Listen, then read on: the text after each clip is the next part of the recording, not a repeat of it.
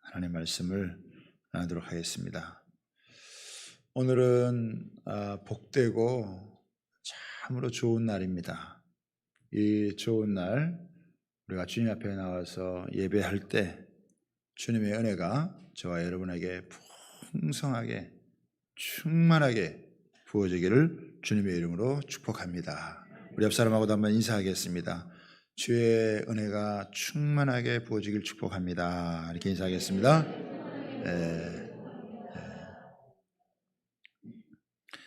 우리가 다윗을 묵상하고 있는데요. 다윗은 이새의 8번째 아들로 태어나서 목동으로 어린 시절을 보냈습니다. 그랬는데 사울에 이어서 이스라엘의 2대 왕이 되었고 가장 위대한 이스라엘의 왕이 되었습니다. 사도행전 13장 22절에 보면 패하시고 다윗을 왕으로 세우시고 증언하여 이르시되 내가 이새의 아들 다윗을 만나니 내 마음에 맞는 사람이라 내 뜻을 다 이루리라 하시니라. 하나님의 마음에 딱 맞는 사람, 그래서 하나님의 뜻을 다 이루는 그런 그 사람으로 하나님께서 그를 보셨고 또 그가 쓰임을 받았다라고 하는 것입니다. 다윗은 숱한 고난의 시간, 참 어려운 시간을 많이 보냈습니다. 그런데 이런 시간들을 다 보내고 이제는 나라를 평정하고 백향목 궁에서 평안한 가운데 안정을 찾아서 쉼을 누리는 휴식의 시간을 갖고 있을 때 다윗이 생각한 게 있습니다. 보통 사람들이 열심히 일을 하다가 쉼을 갖게 되어지면 휴식을 취하면 오락을 즐기든지 아니면 다른 일을 할 텐데 다윗은 조금 생각이 달랐습니다. 여러분 17장 1절을 한번 보시기 바랍니다.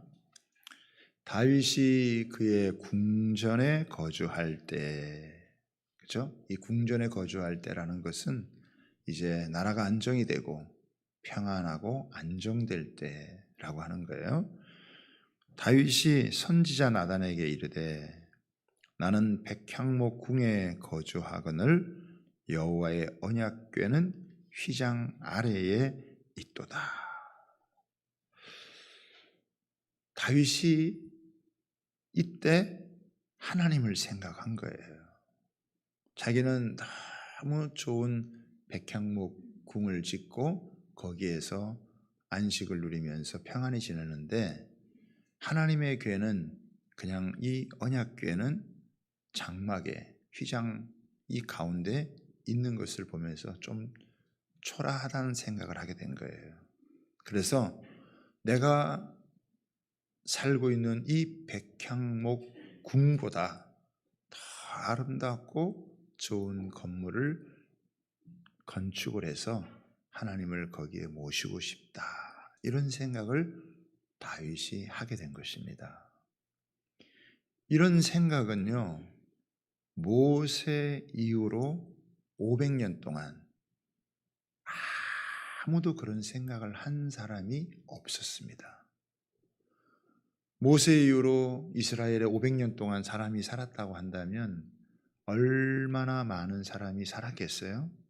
또 하나님의 은혜를 입은 사람들이 얼마나 많았겠습니까? 그런데 하나님의 이 성전을 지어드리고 싶다. 이런 마음을 가진 사람은 다윗 한 사람이었어요. 이것을 창조적 상상력이다 이렇게 얘기를 하는데 우리는 지금 4차 산업혁명 시대를 살고 있다. 4차 산업혁명 시대, AI 시대를 살고 있는 우리에게 가장 필요한 두 가지 요소가 뭐냐? 어느 학자가 하나는 공감 능력이고 하나는 창조적 상상력이다. 다윗은 하나님을 생각하면서 내가 이렇게 좋은 곳에 거하고 있는데 하나님이 이렇게 계시면 안 되겠다. 하나님의 언약궤가 아름다운 성전에 거했으면 좋겠다. 이 마음을 갖게 된 것입니다. 참 귀한 마음이죠. 그런데 하나님께서 다윗의 이 마음만은 받으시고 성전을 짓는 것을 거절하셨습니다. 역대상 22장 4절에 보면은 너는 군인이라 피를 많이 흘렸으므로 내 이름을 위하여 건축하지 못하리라. 다윗은 피를 많이 흘렸기 때문에 성전은 평화를 상징하는데 아무래도 그 피를 많이 흘린 사람이 짓는 것이 합당하지 않았다 생각했기 때문에 하나님께서 이 성전은 그의 아들 솔로몬이 짓도록 그렇게 하셨어요.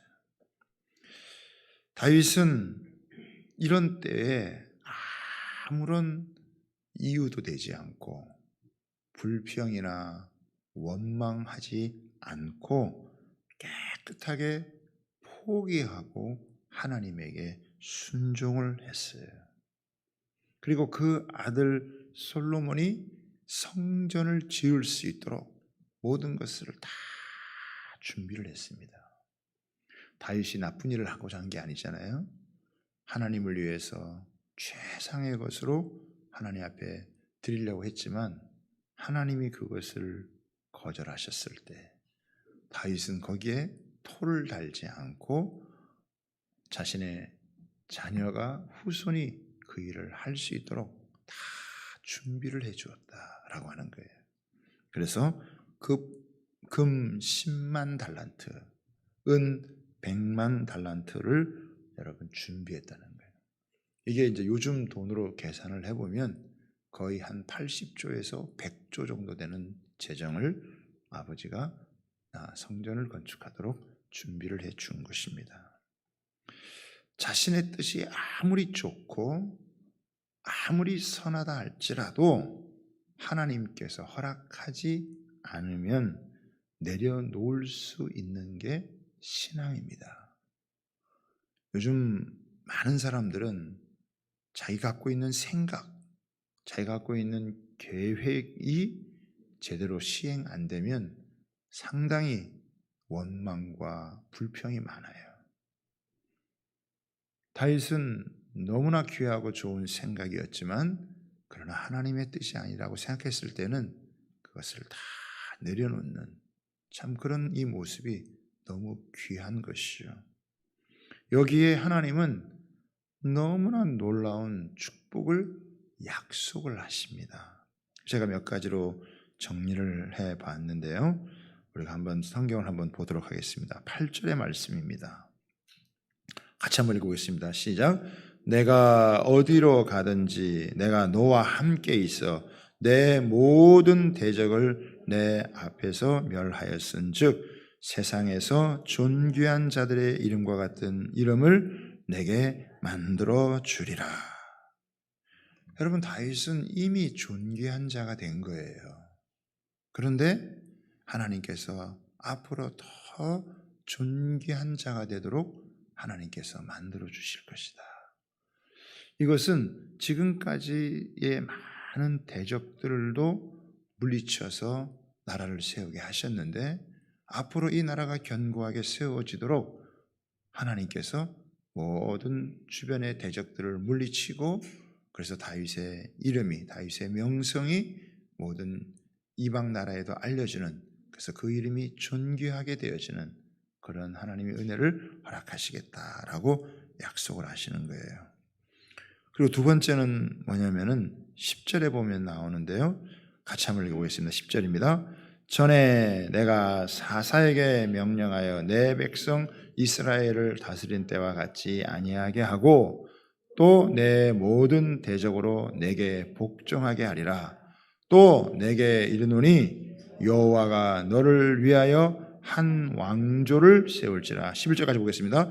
내 생명의 연한이 차서 내가 조상들에게로 돌아가면 내가 내 뒤에 내 씨 곧 내 아들 중 하나를 세우고 그 나라를 견고하게 하리라. 이것은 뭐냐면은 다윗의 당대만 하나님께서 복을 주시겠다는 게 아니라 다윗의 후대에까지. 여기 보면은 왕조를 세운다 그러는 거예요. 왕조라고 하는 것은 계속해서 대를 이어가면서 왕권을 이어받는 거잖아요.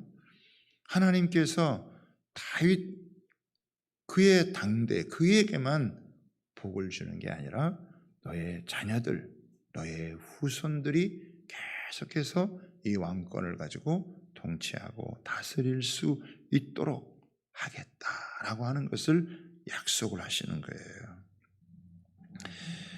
참 너무 놀라운 하나님의 은혜가 다윗에게 지금 선포되고 있는 것입니다. 또 3절을 세 번째로 보면은 14절에 나와 있는데요. 14절에 같이 한번 보겠습니다. 내가 영원히 그를 내 집과 내 나라에 세우리니 그의 왕위가 영원히 견고하리라 하셨다라. 여기서 보면 조금 주의해야 될 게 뭐냐면 내가 영원히 그를 내 집과 내 나라를 세우리니, 그러니까 하나님은 하나님의 나라를 세우시는 거예요. 내 나라와 내 집과 내 나라를 세운다. 이건 하나님의 나라인데 이 하나님의 나라는 영원히 쇠하지 않는, 흔들리지 않는 나라라 이거예요. 그 하나님의 나라에 내가 너의 자손을 세워서 가게 하겠다. 그러니까 다윗과 그의 자손의 나라를 세우는데 하나님이 도와주는 그런 게 아니고 내 집과 내 나라, 하나님의 나라, 영원히 흔들리지 않는 그 하나님의 나라, 무너지지 않는 그 나라, 그 하나님의 나라를 세우는데 내가 너희들을, 너의 가문을, 너의 왕조를 사용하겠다. 이야기를 하는 것입니다. 그러니까 이게 너무 사실은 엄청난 복인 거죠. 그래서 다윗이 여기에 대해서 하나님 앞에 감사하고 간구하는 기도를 드리는 내용이 오늘 우리가 16절서부터 읽은 내용입니다. 다윗이 여기에 대해서도 세 가지로 하나님 앞에 감사하며 간구를 하는데 첫 번째는 뭐냐면 하나님께서 자신과 같이 보잘것없는 자에게 이런 놀라운 은혜를 베푸시는 것에 대해서 먼저 감사를 하는 거예요. 16절 보겠습니다. 다윗 왕이 여호와 앞에 들어가 앉아서 이르되, 이제 하나님의 언약궤 앞에 나아갔다는 것이죠. 여호와 하나님이여, 나는 누구이오며 내 집은 무엇이기에 나에게 이에 이르게 하셨나이까. 이건 무슨 고백이냐면 하나님, 나는 받을 만한 자격이 없는데 왜 나에게 이토록 큰 하나님의 사랑과 놀라운 은혜와 엄청난 축복을 부어주십니까? 나는 하나님으로부터 이런 사랑과 이런 은혜와 이런 축복을 받을 만한 사람이 아닌데 하나님 왜 이렇게 나에게 부어주십니까? 라고 하는 거예요. 그러면서 하는 말이 뭡니까? 나는 누구이오며. 저는 이 말이 굉장히 중요한 말이라고 생각을 해요. 나는 누구이오며. 신앙의 본질과 핵심은 내가 누구인지를 아는 거예요. 내가 도대체 누군데 나에게 이런 은혜와 복을, 하나님의 사랑을 부어주십니까? 여러분, 내가 누구인지를 알려면 반드시 아버지를 알아야 돼요. 여러분, 사람이 태어나서 사는데 자기 아버지가 누군지 모른다, 내 아버지가 누군지 모른다, 그러면 그 사람이 정상적으로 살아갈 수 있겠습니까? 옛날 우리 서자들 같은 경우도 아버지가 있었지만 아버지의 이름을 함부로 부를 수가 없었어요. 그런 사람들이 정상적으로 살아갈 수 있겠어요? 자신을 알려면 반드시 아버지를 알아야 되는 거예요. 아버지를 알아야 내가 누군지를 알고 사람이 살아갈 수 있다는 거예요. 이걸 영적으로 의미하면은 하나님 아버지가 누구인지를 알 때 우리는 신앙인으로서 믿음을 가지고 이 세상에서 바르게 살아갈 수 있다는 거예요. 내가 내 아버지가 누구인지를 모르는 사람은 내가 누구인지를 모르고 내가 누구인지를 모르는 사람이 어떻게 정상적인 삶을 살아갈 수 있겠냐라고 하는 거예요. 그럴 수 없겠죠. 하나님 아버지를 만나지 못하면 인생은 미궁에 빠지는 거예요. 아버지가 누구인지 모르고 살면 살수록 그 인생은 비참해지는 거예요. 그런데 다윗은 내가 누구인지를 알았다 이거예요. 하나님이 누구인지를 아니까 그 하나님이 누구인지를 알므로 인해서 내가 누구인지를 알고 그리고 내 집이 무엇인지 알았다. 다윗은 생각할 때 하나님 내가 나를 돌아보면 내가 이런 복을 받을 만한 이런 은혜를 받을 만한 이런 하나님의 사랑을 받을 만한 자가 아니었다는 거죠. 그런데 하나님께서 나를 자녀 삼아주시고 하나님께서 나에게 부어주시는 이 은혜가 사실은 감당할 수 없을 만큼 너무나 큰 은혜다라고 하는 것에 대해서 먼저 하나님 앞에 감사하는 거예요. 하나님을 아버지로 알면 우리의 삶의 차원이 완전히 달라질 수밖에 없지 않겠어요? 그거를 1차적으로 고백을 하고 두 번째는 뭐냐면은 다윗이 17절에 보면 나오는데요. 이렇게 나옵니다. 하나님이여 주께서 이것을 오히려 작게 여기시고 또 종의 집에 대하여 먼 장래까지 말씀하셨사오니 여호와 하나님이여 나를 존귀한 자들같이 여기셨나이다. 지금까지 내가 받아온 은혜가 너무 크다는 걸 다윗은 알아요. 그래 그것에 대해서 너무 하나님 앞에 감사를 드리는 거예요. 목동에서부터 제왕의 자리에 올라서 나라를 통치하고 다스리는 이 영광을 아무나 누리는 거겠습니까? 자기가 지금까지 받아온 은혜가 너무너무 크다는 걸 아는데 다윗이 더 깜짝 놀란 건 뭐냐면 하나님의 은혜가 여기서 끝나는 게 아니라는 거예요. 여기 보면 뭐라고 얘기하고 있어요? 먼 장래까지 말씀하셨사오니 미래가 불확실하고 불투명한데 하나님께서 너의 자녀들, 너의 왕조를 세워서 내 나라와 내 집을 위해서 영원히 견고하게 세우리라 하니까 지금까지 받아온 은혜도 너무 크고 놀랍지만 앞으로 자신에게 부어질 자신의 가문을 통해서 부어질 하나님의 영광과 은혜와 축복이라고 하는 것은 더 사실은 크다는 것을 깨닫는 거예요. 그러니 그가 미래에 대한 소망을 가지고 절대적인 그런 소망을 가지고 여러분 나아가는 거죠. 보장된 미래의 소망을 가지고 그가 나아갈 수밖에 없는 그런 은혜를 지금 이야기하고 있습니다. 또 하나 더 나아가서 세 번째로는 18절에 보면은 주께서 주의 종에게 베푸신 영예에 대하여 이 다윗이 다시 주께 무슨 말을 하오리까? 주께서는 주의 종을 아시나이다. 여기 보면은 주의 종에게 베푸신 영예가 있다는 거예요.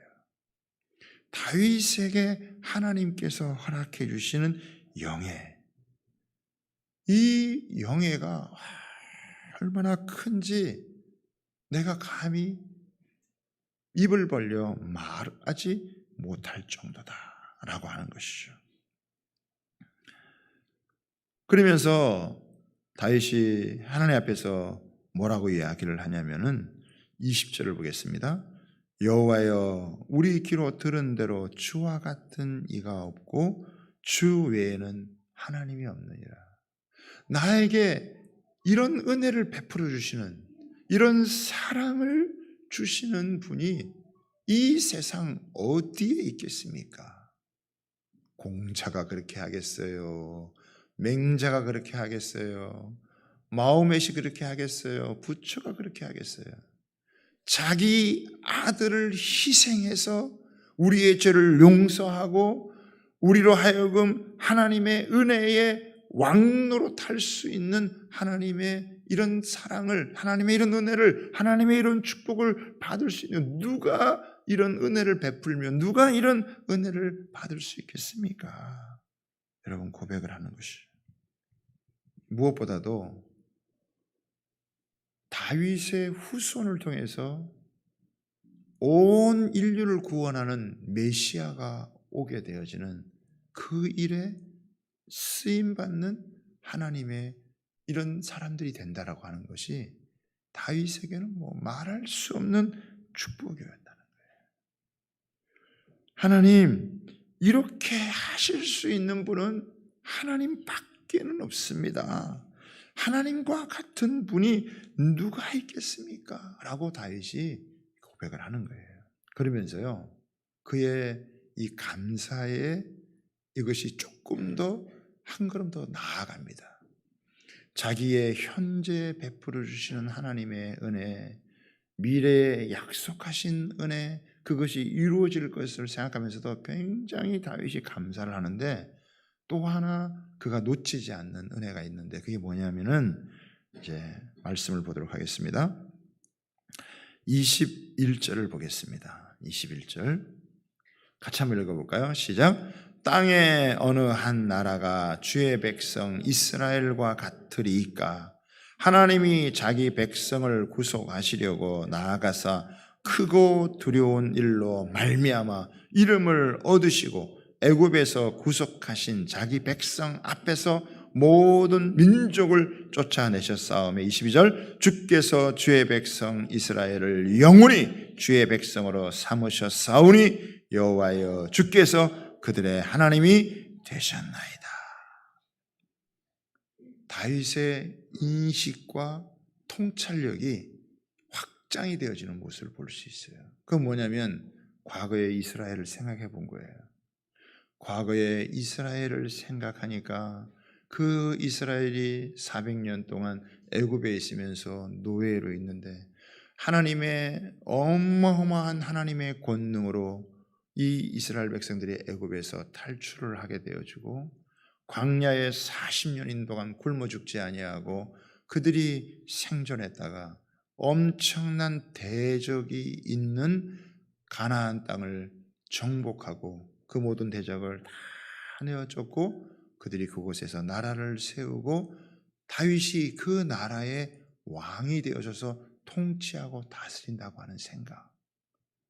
그러니까 자기 시대에 받았던 은혜만이 아니라 과거 이스라엘의 역사를 돌아보니까 하나님께서 그 역사 가운데 베풀어 주던 은혜가 너무 크고 그 은혜의 연장선상 안에서 지금 자기가 받은 은혜가 있다는 거예요.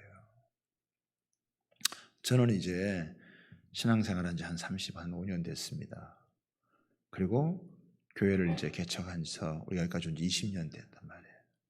저도 20년 동안 우리 교회를 개척해서 여기까지 오는 동안 정말 하나님의 그 잊을 수 없는, 잊어서도 안 되는 하나님의 너무나 놀라운 은혜가 있다는 거예요. 제가 직접 체험한, 직접 경험한 그런 은혜가 여러분 있다라고 하는 거예요. 그거 놓칠 수 없는 것이고 저를 잊게 한 하나님의 사랑, 하나님의 은혜, 하나님의 축복이 있다는 거예요.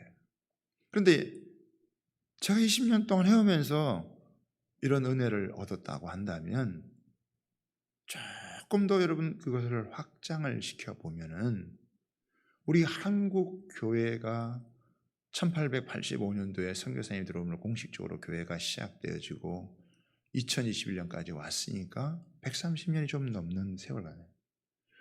130년이 여러분 넘는 기간 동안 하나님께서 이 나라에, 이 민족에게 베풀어 주신 역사가 정말 상상도 못할 은혜였다. 일제시대를 거치고 6.25 전쟁을 만나고 완전히 피폐하고 무너졌던 이 나라가 산업화를 거치고 민주화를 거치고 정부화 시대를 이루면서 지금은 4차 산업혁명 시대를 이뤄오는 그 기간 동안 물론 문제도 많고 또 고칠 것도 많겠지만 이 인류의 수많은 나라들 가운데서 이만한 하나님의 은혜를 입은 나라가 없을 정도예요. 우리 한국 교회의 역사를 조금이라도 공부를 해보면 진짜 우리가 하나님의 놀라운 은혜와 섭리 앞에 감사하고 감격하지 않을 수가 없다. 일제시대 때 베풀어 주신 하나님의 은혜, 그 어려운 형극의 시대 가운데서도 6.25라고 하는 그런 엄청난 이 민족의 아픔을 겪으면서도 하나님께서 그 가운데 베풀어 주신 은혜를요, 조금만 공부해 보면 이게 얼마나 이게 범상치 않은 건지 안단 말이에요. 조금 더 넓혀서 2000년 기독교 역사 가운데에서 하나님께서 여러분 교회 가운데 베풀어 주신 하나님의 역사, 그 세계 교회사를 조금 더 공부를 해보면 이거는 정말 사람이 할 수 있는 일이 아니었구나. 하나님만이 하실 수 있는 그런 은혜였구나. 이 우리의 감사의 폭이요, 이게 어마어마하게 달라진다는 거예요. 그런데 성경으로 들어가 보세요. 신약 시대에 우리가 사도행전을 읽어보고 서신서들을 읽어보고 그 속에 베풀으신 하나님의 은혜, 그리고 구약 시대에 들어가 보면 그 속에서 하나님께서 하나님의 역사를 펼쳤던 이런 것들을 쭉 살펴보고 이 은혜가 하나님의 창조의 당시에까지 이게 가고, 이것이 어떻게 요한계시록에 하나님께서 새 하늘과 새 땅의 예루살렘에 허락하시는 이 우리의 인식의 폭이라고 하는 것이 창조의 때서부터 마지막 종말의 때까지 하나님의 역사를 살펴보면은 이 우리가 하나님 앞에 감사하지 않을 수 없는, 이게 사람이 형용할 수 없는 거예요. 그러니까 지금 내가 받은 하나님의 은혜도 너무 귀하고 감사한 것이지만 역사를 살펴보면, 성경의 역사 가운데 들어가 보면 하나님께서 베푸르신 그 놀라운 하나님의 은혜가 너무너무 여러분 크다라고 하는 거예요. 그래서 다윗이 하나님 앞에서 뭐라고 고백을 하냐면, 이 큰 일을 하나님께서 행하셨고 이 큰 일을 이 종으로 하여금 깨닫게 하셨다라고 하는 고백을 해요. 하나님께서 행하신 그 일을 사람이 아는 게 중요하잖아요. 이게 그냥 우연히 이루어진 일이 아니라는 것을 아는 게 너무 중요해요. 다윗이 하나님을 생각하고 하나님을 믿으니까 그 모든 역사의 과정 가운데 이것은 그냥 우연히 벌어진 어떤 일이 아니라 하나님의 섭리의 손길에 의해서 벌어졌다라고 하는 것을 알게 되어지는 거예요. 그러니까 다윗이 하나님 앞에 여러분 감사하지 않을 수가 없는 것이죠. 여러분 생각해 보세요. 사실 근데 저와 여러분은요, 다윗보다 훨씬 더 큰 축복을 받은 사람들이에요. 다윗은 이스라엘의 왕이 됐지만 하나님은 죄의 노예 가운데 있던 우리들을 하나님의 자녀로 삼아주실 뿐만 아니라 베드로의 고백에 의하면은 우리를 왕 같은 제사장으로 삼아주셨다. 너희는 택하신 족속이요 왕 같은 제사장이며 하나님의 소유된 백성이다 라고 얘기하는, 이거는 사실 다윗이 하나님으로부터 받은 은혜보다 예수 그리스도 안에서 우리가 받은 은혜가, 신분의 변화가 훨씬 더 비교할 수 없이 큰 것을 우리에게 여러분 이야기를 하는 거예요. 다만 우리가 잘 모를 뿐이죠. 내가 죄의 종으로 살고 있던 나를 하나님이 그 아들 예수 그리스도를 그 십자가에 못 박아 핏값을 지불하고 나를 건져내서 하나님의 자녀 삼으시고 또 왕 같은 제사장을 삼아서 이 땅에 사는 동안 하늘의 영광을 바라보고 영원한 하나님 나라를 위해서 나로 하여금 그것을 바라보고 살아가겠다. 과거의 내 모든 죄는 다 제거해 주시고 미래에 대한 완전한 보장을 해주시고 현재 우리의 삶을 도와주시고 함께 하시겠다라고 하는 이 약속이 성경 안에 얼마나 많이 있냐.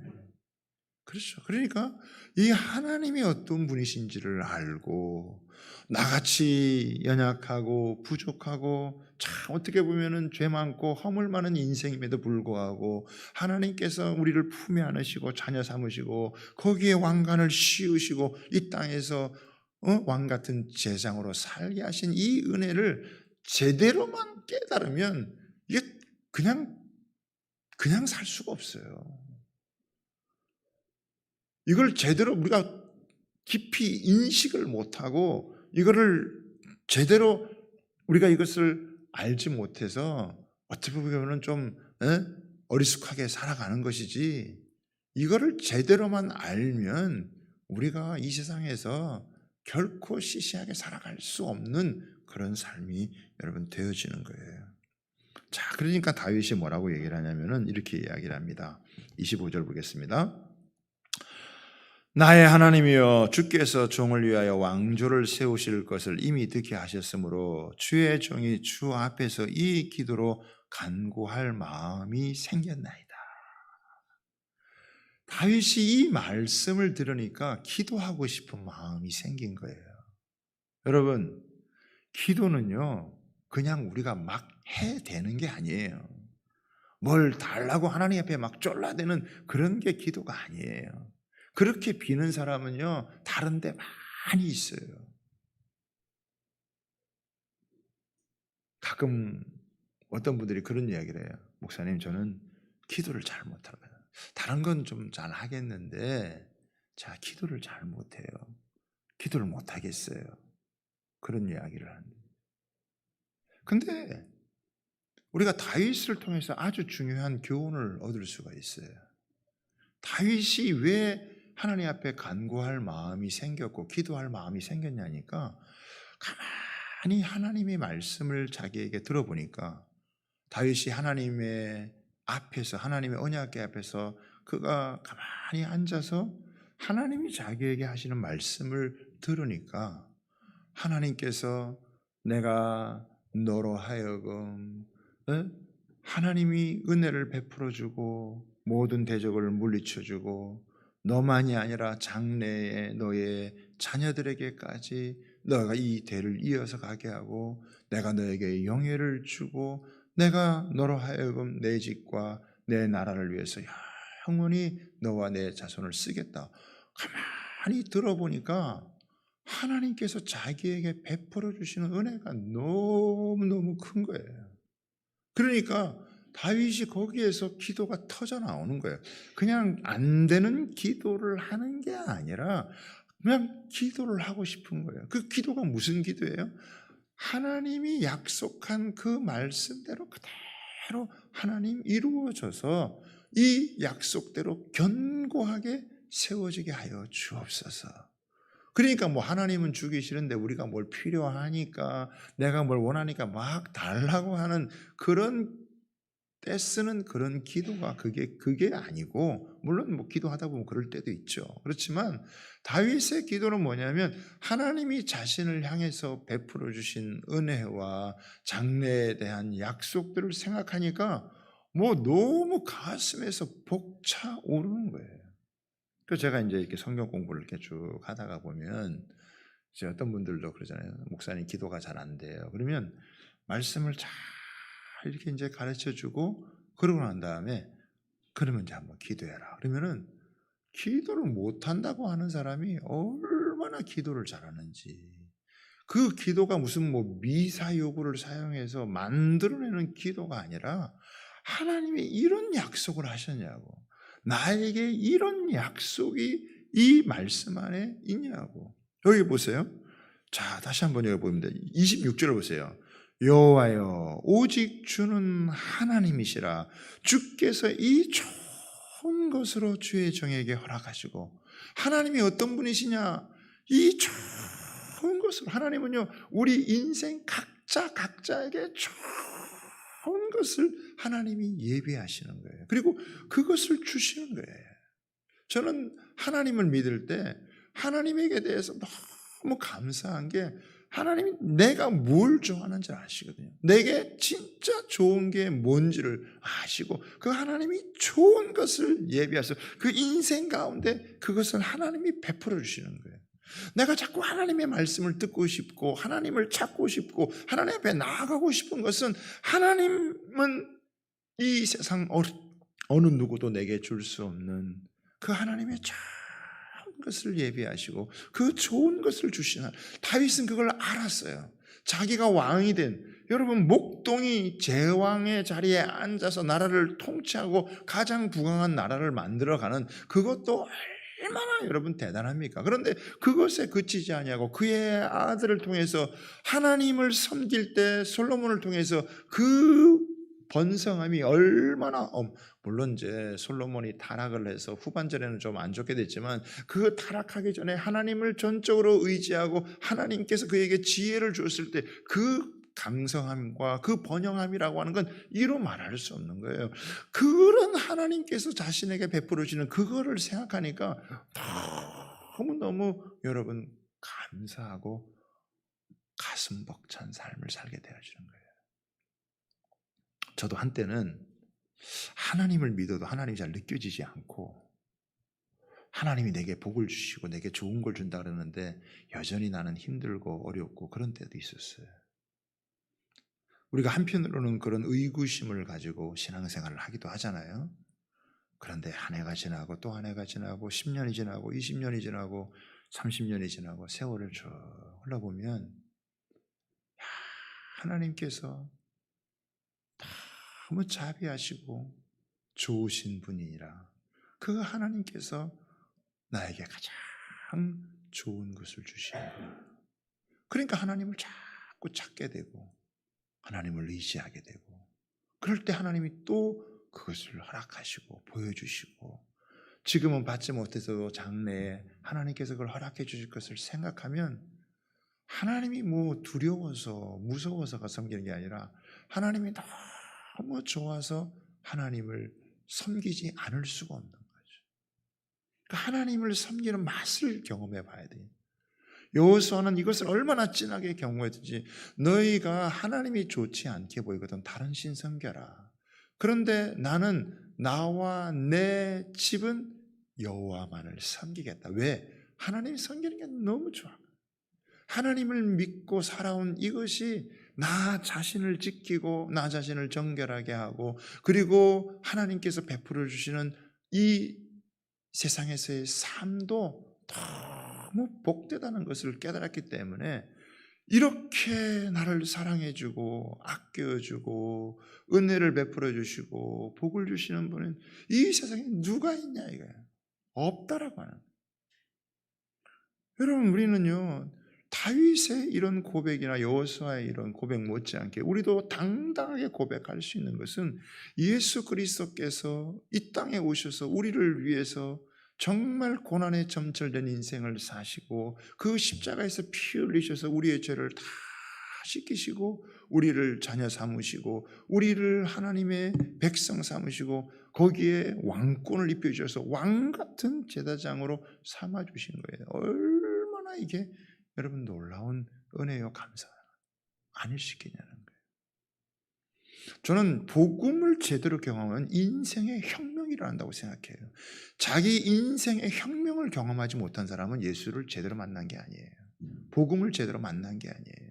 복음을 제대로 만나면 우리는 과거의 인생과 함께 살 수가 없어요.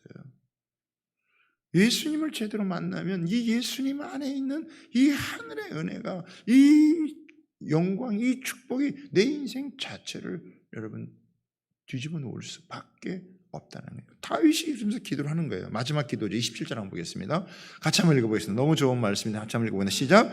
이제 주께서 종의 왕조에 복을 주사 주 앞에 영원히 두시기를 기뻐하시나이다. 여호와여 주께서 복을 주셨사오니 이 복을 영원히 누리리이다.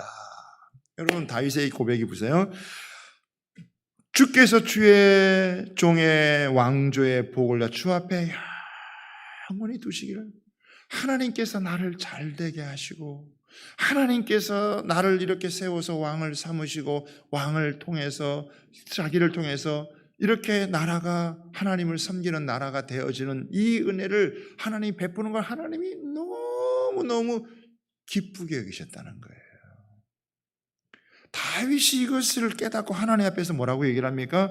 여호와여 주께서 복을 주셨사오니 이 복을 영원히 누리리이다. 할렐루야. 이게요 다윗의 기도의 클라이막스예요. 내가 하나님을 위해서 살아드리는 그 정도가 아니라 하나님께서 나를 세우셔서 왕권을 허락해 주시고 통치하고 다스리게 하시고, 그리고 그것을 하나님이 기뻐하셨기 때문에 하나님께서 내가 이렇게 왕되어 살아가는 것을 기뻐하시는 그 삶을 나도 이제는 하나님이 허락하신 이 복을 내가 누리며 살아갈 수 있게 해달라. 이게 기도인 거예요.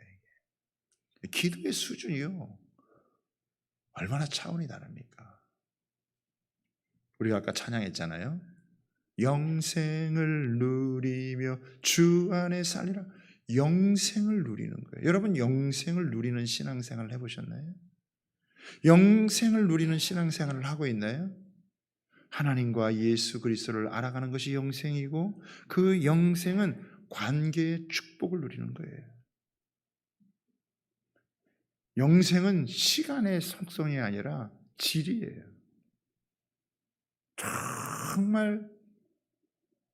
정말 세밀하게 현미경을 들여다보면 우리가 얼마나 뼛속 깊이 우리의 죄가 우리를 사로잡고 있고 그런 인간입니까?